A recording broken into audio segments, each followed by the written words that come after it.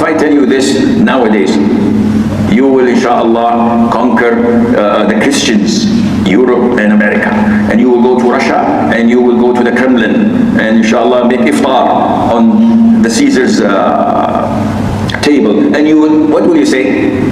So when the Prophet says, alayhi salatu wasalam, in Sahih al-Imam Muslim, he said, you will invade the Arabian Peninsula, and Allah will open it for you. Then, he's addressing the Arabs, you will invade Persia, the greatest empire, and Allah will open it for you. Then you will invade Rome, the Byzantines, the Romans, and Allah will open it for you, and then you will conquer and invade the Dajjal himself, and Allah will make you prevail upon him. Sheikh, excuse me, but there's something wrong. We don't have tomahawks, we don't have F-15, 16, 17, 18, I don't know where they've reached now. We don't have anything. The Muslims are so poor. This is true. But when the Prophet said it, alayhi salatu wasalam, what did the companions do? They believed in it 110%. They acted upon it because this is from Allah. This is revelation. And in few years, it happened. Where is Persia now? The Byzantines, you know where they were? They were in Jerusalem, Al-Quds, Syria, Jordan. When the Prophet pointed out to us the miqat of Ihram, he pointed that for the people of Syria, there is Al-Juhfa, which is called now Rabi'. For the people of Iraq, there is so and so. For the people of Yemen, who were not Muslims, there is Yalamlam of Saudiya, there is so. And the companions were looking at each other, not in disbelief, said, in astonishment, said, wow, all of these areas will become Muslim, and they become. So this is not from, what's his name, Nostradamus or something. This is not from, this is all facts. And this is why you, my time, you put the 5th gear in your car and cruise. Now they have 6th gear, 7th gear, new cars, mashallah, they have so many gears. You don't have to doubt a bit. In Islam, you have 110 confidence. Everything is, the Prophet said, is what? Is reality true, you can see it.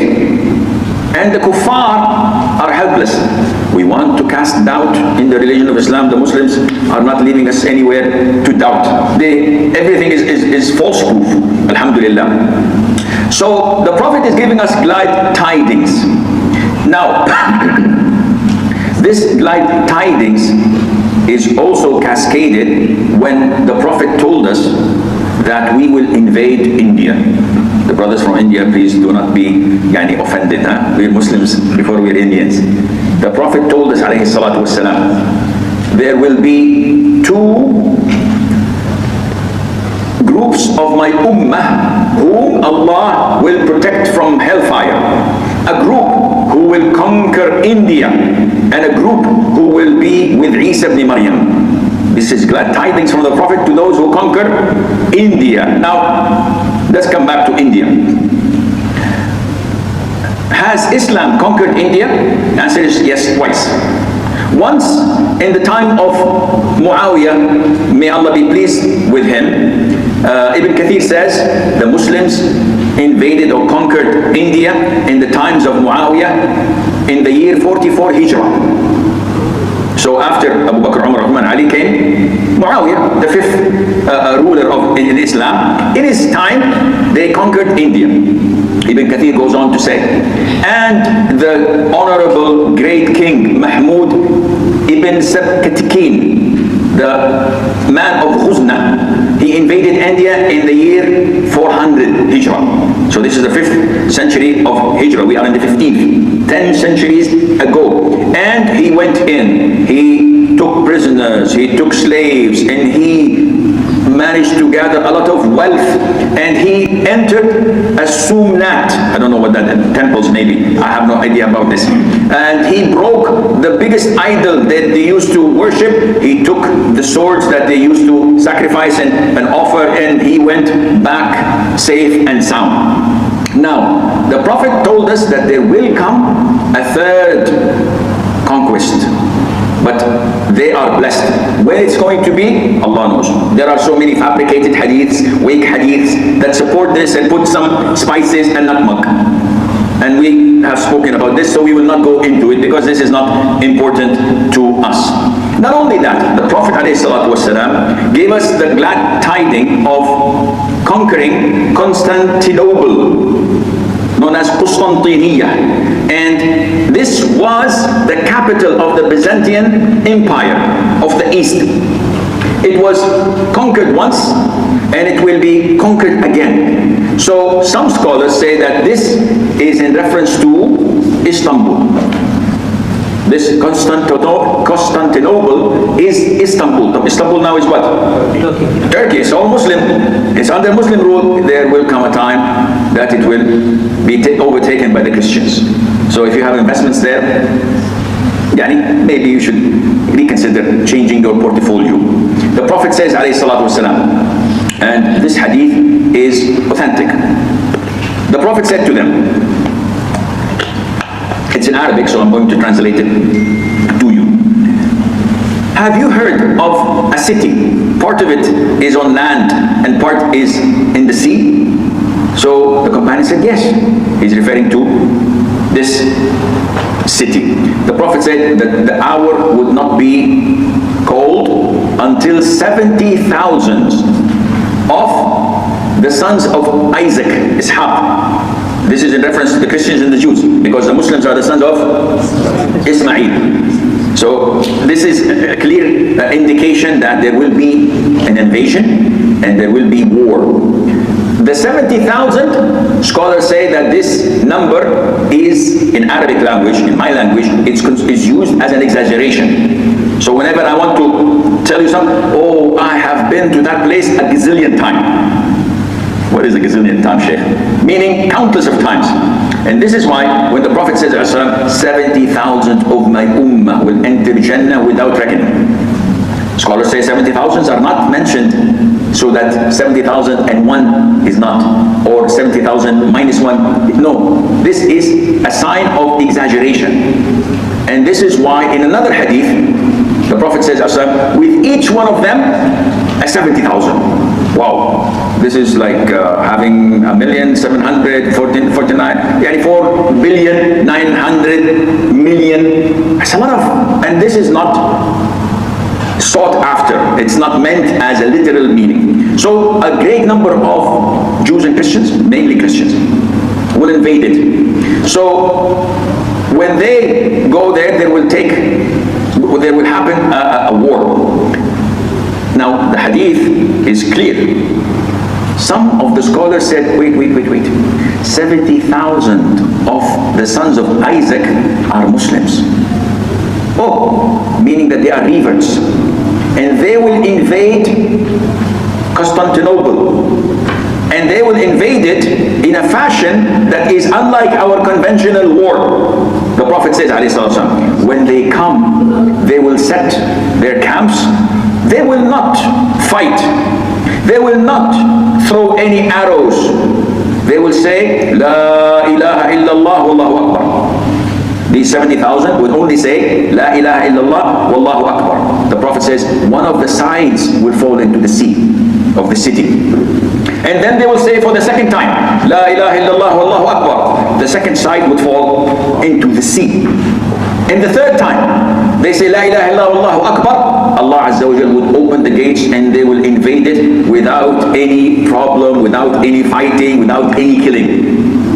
What kind of iman do they possess that Allah opens a whole city for these people by just saying La ilaha illallah wallahu akbar? When you tell people do dua, say, what is dua? They have weapons, they have machine guns, they have bombs. But this is dua. La ilaha illallah wallahu akbar. The Prophet says, alayhi salatu wasalam, they entered the city, they are collecting the booty of wars and the treasures and so on. And while they're doing this, they hear someone shouting that the Dajjal has appeared.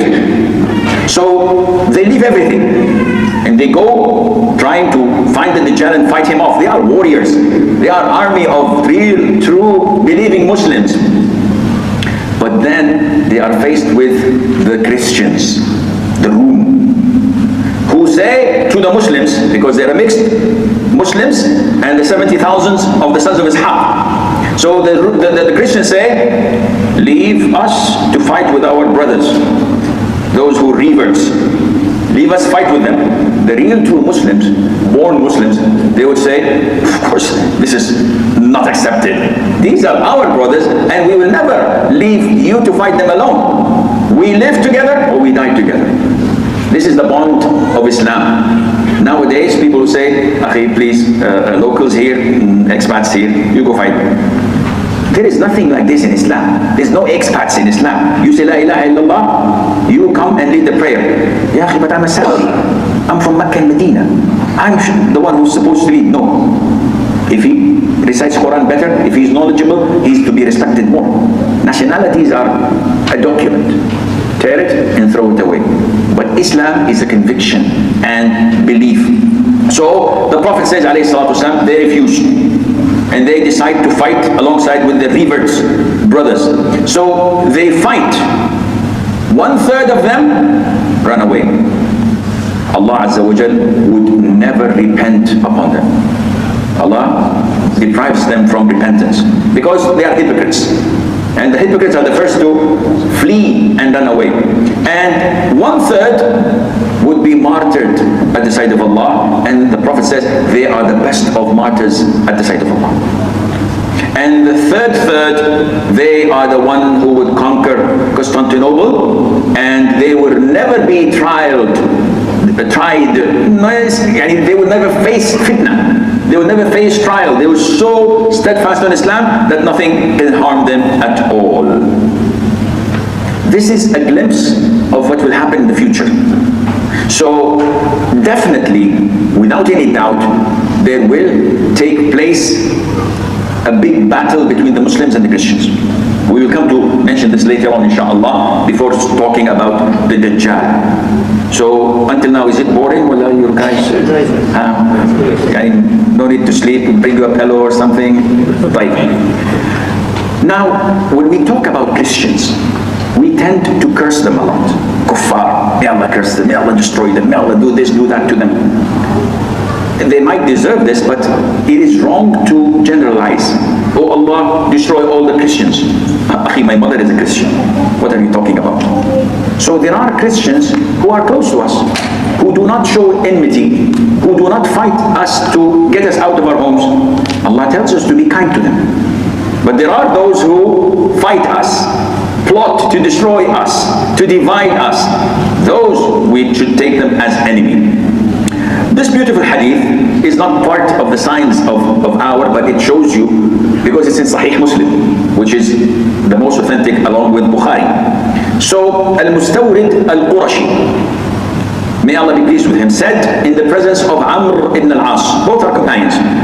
He said, I heard the Prophet ﷺ said that the hour would not take place except when the Christians are the vast majority of the people, which means that they will remain a majority. Who's more, Christians or Muslims? Christians. Of course, one would say, yeah, but they're not real Christians. Do you mean to tell me that the 1.7 billion Muslims are real Muslims?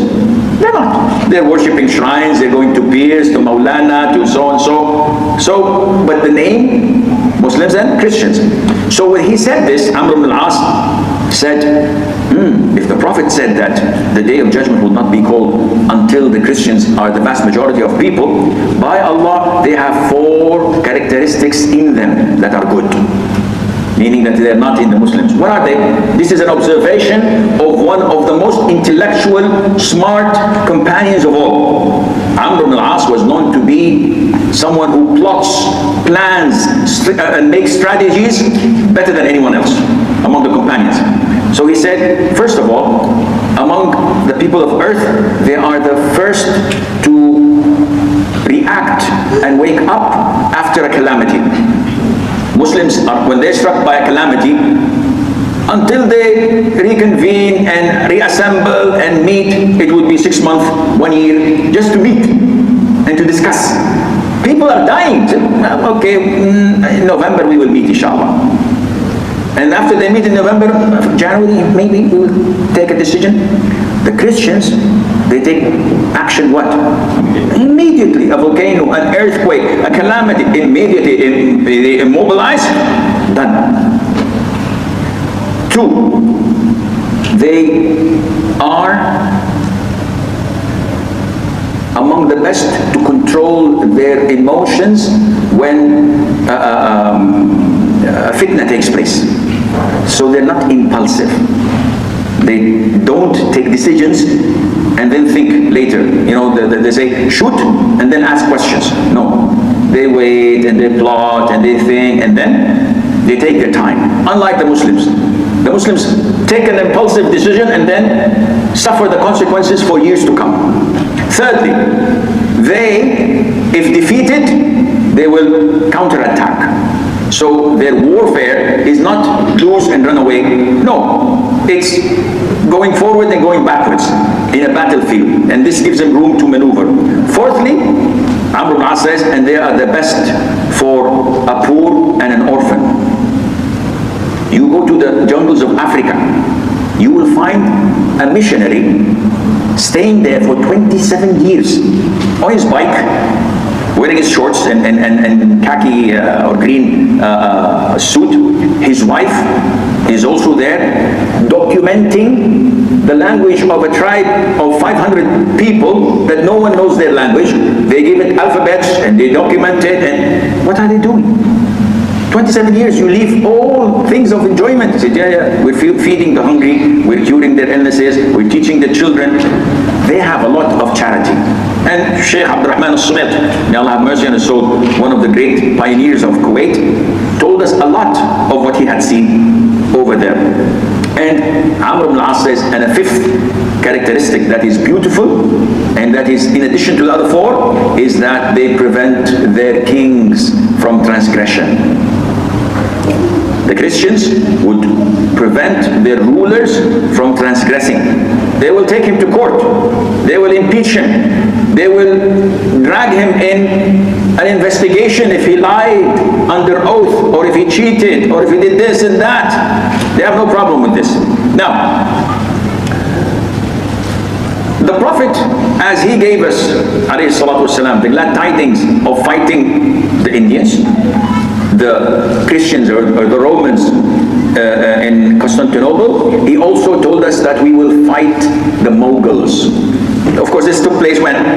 Centuries ago. The Prophet ﷺ said, the last hour would not come unless you fight with people whose faces are like hammered shields.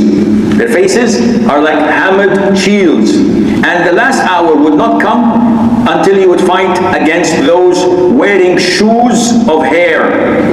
What kind of shoes do the Mongols wear? From the skins of their animals. They have small eyes, broad snub noses, and their faces are like hammered shields. And we know what the Mongols did to the civilization of Arabia. When they invaded Baghdad, when they invaded Egypt, when they invaded the whole area and destroyed the thousands and thousands of literature in the libraries of Baghdad, which contained so much knowledge, they threw it in the Euphrates until the water turned into black because of the ink that it was written in. A century or so before, Al-Ma'mun, one of the caliphs of the Abbasi era, used to give a translator's weight in gold if he translated a book into Arabic. So they used to go to the Greeks, take their philosophy, take anything that needed to translate, they translate it, they bring it to him, he makes them stand on the scale, and he puts gold in it and he gives it to them. It was a fruitful business, but it led to so much knowledge coming into Islam, good and bad, because it's philosophy, it's atheism, they're just anything. So we fought the Mughals, alhamdulillah. Where are the Mughals now? They're all Muslims. No, not China. It's Azerbaijan, Kazakhstan, Kyrgyzstan. It's Central Asia, where they were all under the siege and power of Russia, old Soviet Union. And they're all Muslims, mashallah. We have from them Al-Bukhari, Muslim, all these great scholars of Islam.